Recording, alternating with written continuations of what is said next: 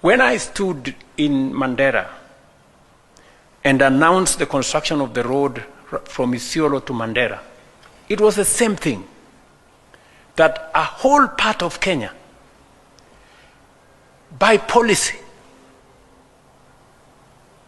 was relegated because of the policy that was said that there are parts of Kenya,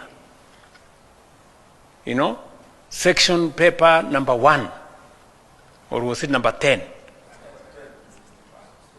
of 1965, a policy document of government that said some parts of Kenya will be developed and others will not.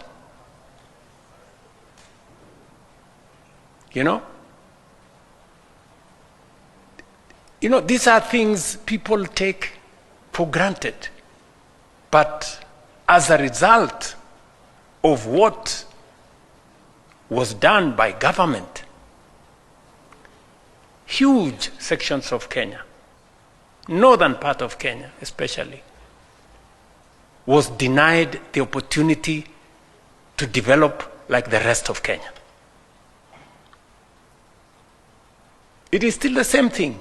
That's why I'm saying what we are doing today is part of correcting the injustices of the past. It is the same thing. When I stood 3 months ago in Mombasa and pronounced myself on what we are doing to redress the squatter problem in our coast region that has subjected millions of citizens to the indignity of being squatters, secondary citizens in their own country. They are treated lesser than other Kenyans. It is part of repairing our nation. I remember very well, and this is a good occasion for me to say, when I decided to appoint General Ogolla, I was correcting the negative profiling of some of our communities, that there are positions that are reserved for some people and there are positions that can never be occupied by other people. An injustice and a stigma on a whole community. It needed to be corrected. And it is the same thing when it came to the formation of the broad-based government. I remember very well, my brother, the Honorable Raila Odinga, had a different opinion of who should be the Minister for Finance. And I remember I told him that, my brother, if there is one place I will defy you, is that I am going to appoint a person from Luo Nyanza to be the first Cabinet Secretary or Minister for Finance.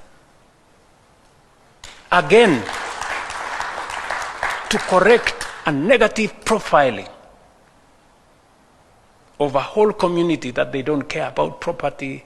Property belongs to some people, the economy belongs to some. No.